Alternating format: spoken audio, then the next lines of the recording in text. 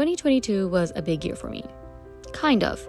Mentally and emotionally, I think I genuinely did a lot of maturing and connecting with myself. I say this nearly every year actually, but this year it was different. I started the year 100% determined to drop out of college. Told everyone around me, except my parents, that I was going to drop out and ended the year graduating from the very same university. That's a huge leap. In this video, I wanted to do some reflecting and talk about what I learned in 2022 and the mindset I want to go into 2023 with. I used to think I'm good at decision making, but I'm actually a very rash decision maker. I think a part of me was aware of this, but I never fully acknowledged it or accepted it until this year.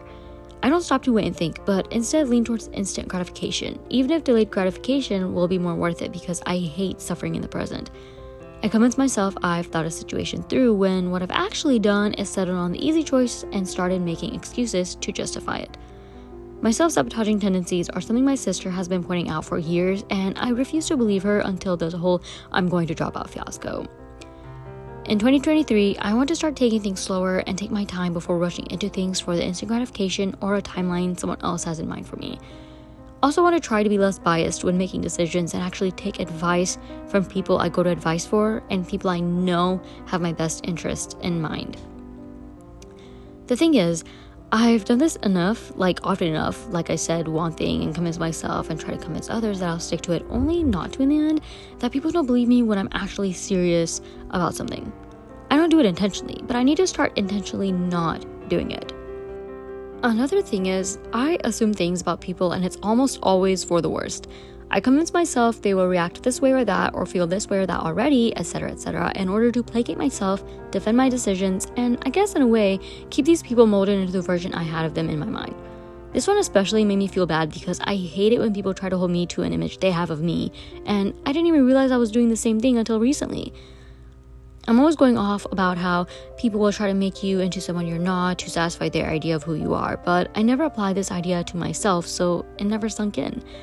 This got me thinking about how I present myself to others and what role that presentation plays in how they perceive me. It made me think about how I think about others compared to how I think about myself, like the standards I hold others to but ignore when it comes to myself, how I apply certain ideas to others but not to myself for whatever reason. So I clearly need to work on my communication more and reevaluate what I think I know versus what I actually know about the people in my life, including myself. Maybe I don't even know myself as much as I thought I did, and that's okay because I still have time and I'm still growing and learning as I go. Also, I just need to work on my communication skills in general because I want to get better at holding conversations with people I know at a skin deep level, but want to know at a more personal, intestinal level. Sorry, that was terrible phrasing, but this isn't a thing I can learn at the snap of my fingers because I'm genuinely just bad at conversations with new people, but I feel like it's definitely a skill that I can pick up somehow, eventually.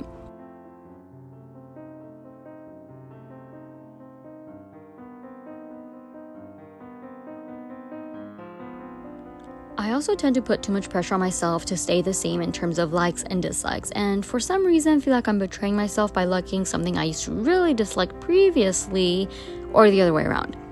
An example is watermelons and peaches. I used to really dislike these up until a few years back, and now I don't. I don't love them or go crazy over them, but I won't go out of my way to avoid them anymore, and will eat them if they're offered, sometimes even seek them out if I know they're easily accessible. This is just a stupid thing to feel guilty over. It's normal for likes and dislikes to change, but I feel like the guilt is especially bad when I suddenly start really disliking something I used to like before. I can't explain it, but I'm hoping a lot of people can relate so I don't sound stupid.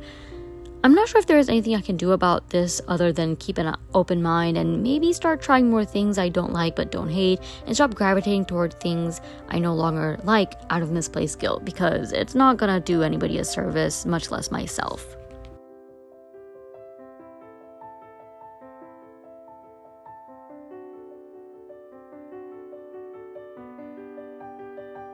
One of the most crucial things I realized this year was that I am a suppressor of feelings, even when I'm with myself. Back in 2017, I started journaling. One purpose of this was honestly really stupid and didn't work, but another purpose was to just write about my life and my days. I don't know when or how or if it was always like this, but I realized this year that I never wrote about substantial stuff. I wrote about what I did that day and maybe yelled some stuff and something was really bothering me, but the majority of the time, I just wrote about how that day went. I can barely stand to read my own journals because they're so boring and repetitive because I rarely write about something that stands out. It's almost too structured, and it started bothering me these past few months especially. When I journal, I want to be able to look back and see how I've grown and changed, not how I lived the same day 3 months in a row. And the thing is, I know I have more important things to write down, I just never do for several reasons. Paranoia, embarrassment, fear because I'm scared of taking up too much space in my own freaking journal. I know. Going forward, I've decided that I'm going to start writing down more than just today I did this, today I did that, or whatever. Like, that's somewhat important to me now, especially when I live a particularly exciting day, but I won't care about everything in the long run. I want to write down my feelings and thoughts and start working through them that way and leave more space for moments and days I want to look back on fondly, or with burning, fiery rage, or stuff that will evoke emotional responses in general.